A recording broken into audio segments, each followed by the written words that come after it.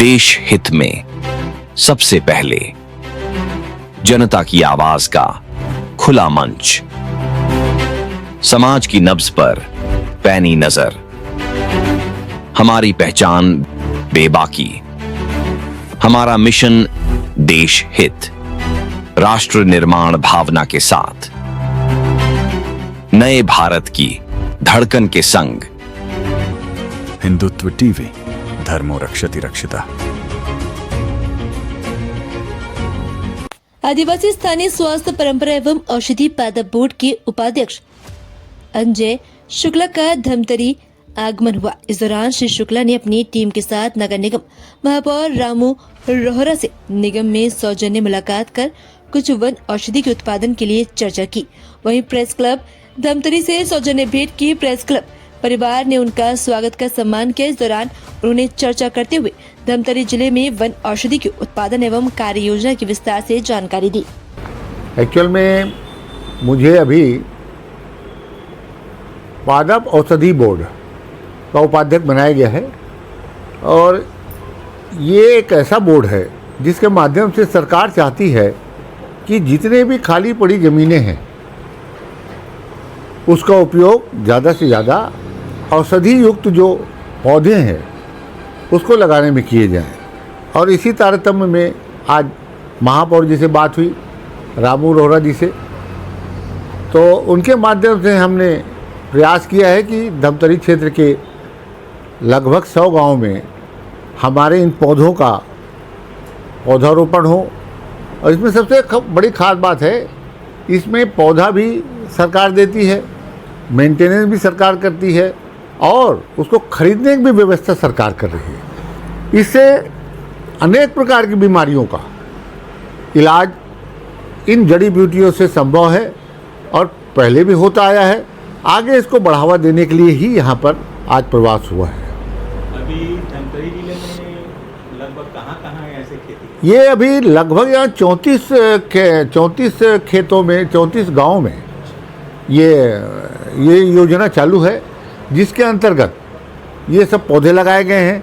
दूसरा, जो फसल चक्र परिवर्तन बोलते हैं उसको देखते हुए भी कई प्रकार के ऐसी फसलें को प्रमोट किया जा रहा है जिससे आगे जाके औषधि बन के जो बहुत सस्ते में हमारी ग्रामीण जनता को लाभ हो और इस फसल से किसानों को लाभ हो, किसानों की ज़मीनों को फ़ायदा हो, इसकी पूरी चिंता सरकार को है।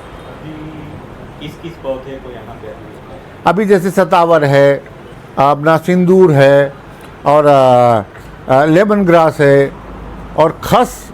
अभी कंडेल में तो बहुत बड़ी मात्रा में खस का उपयोग किया जा रहा है, खस के पौधे लगाकर। ऐसे कई औषधि युक्त पौधे हैं जिसके प्रमोशन के लिए काम किए जा रहे हैं। इसमें इस खेती से रोजगार लोगों को भी मिलेगा? 100% उन्हीं को मिलना है। ये सब किसान करेंगे। यहाँ एनजीओ के माध्यम से ये किसान के पास जाएंगे और किसान ही इसको करेंगे। और अभी ये पूरे जो योजना है आप जो बना पूरे छत्तीसगढ़ में आप ये पूरे छत्तीसगढ़ में है।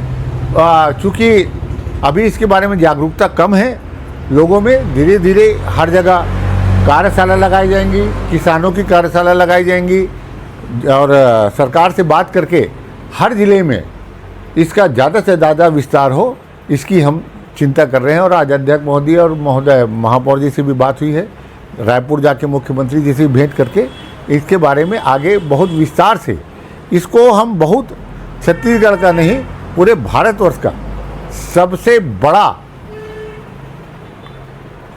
लाभदायक जीवनदायिनी, इससे लोगों को लाभ हो, सस्ते में दवाइयाँ उपलब्ध हो, इसका हम पूरा प्रसार करते हुए सरकार से हमारी यही कोशिश रहेगी कि ज़्यादा से ज़्यादा इसको प्रमोट करें। सर, आज ही बात हुई है, वो हमारे एक सीईओ साहब आए हैं, वो आप जो बता रहे हैं जो गांव, उस गांव के बारे में उनकी चर्चा हो चुकी है। ये जितने भी प्रकार के हैं, आपको याद होगा कि जब हड्डी टूटती है तो डायरेक्ट अपन अस्पताल ले जाते हैं, जबकि ये अपने ही छत्तीसगढ़ में 2 जगह है, बसना के पास बोईडी है और कापसी, जहाँ वो जड़ी बूटी की तेल से ठीक करते, ऐसे कई बीमारियां हैं जिसका हमारे जड़ी बूटियों से इलाज है। तो ये बिल्कुल सब जगह प्रमोशन किया जाएगा, इसकी बहुत बड़ी कार्यशाला बना के इसमें आगे काम की जाएगी। यह जगह भी शिकायतें आई है, तो इसीलिए हम लोग स्वयं जाके हर ज़िले में, हर ब्लॉक में जाके, खेतों में जाके पूरा ये प्रयास करेंगे कि जो अव्यवस्था फैलती है कि लगा देने के बाद कोई चिंता नहीं करता, ये ना हो। जितना पैसा लगे उसका पूरे का पूरा सदुपयोग हो छत्तीसगढ़ को, छत्तीसगढ़ सरकार को, किसानों को। सर जैसे पैसे की बात है तो देखिए, सरकार लगा दी, आपको निवेदन कर दी, हम आप लगा रहे हैं। कहीं ना कहीं जब हमको देश को संवारना होगा, प्रदेश को संवारना होगा, घर को संवारना होगा, तो जब तक प्रत्येक भारतीय अपनी जिम्मेदारी नहीं समझेगा, सिर्फ मुट्ठी भर सरकारी कर्मचारियों से हम सोचें कि देश सुधर जाए, देश की व्यवस्था बदल जाए, संभव नहीं है। सर लेकिन ये भी तो है कि उस जगह में पानी भी होना चाहिए, जिस जगह में नागरिक को जागरूक होना पड़ेगा। हमें आप कभी कभी चल देते हैं वहाँ जहाँ पानी नहीं, हम जैसे आप बता रहे हो पानी नहीं है लेकिन वहाँ वृक्षारोपण हो रहा है, तो आप ही टोक देते तो भैया ये नहीं, ये कर दो। तो प्रत्येक नागरिक को इसमें जागरूक होंगे, तब भारत सशक्त बनता है, जब देश सशक्त बनता है, प्रदेश सशक्त बनता है। हिंदुत्व टीवी, धर्मो रक्षति रक्षिता।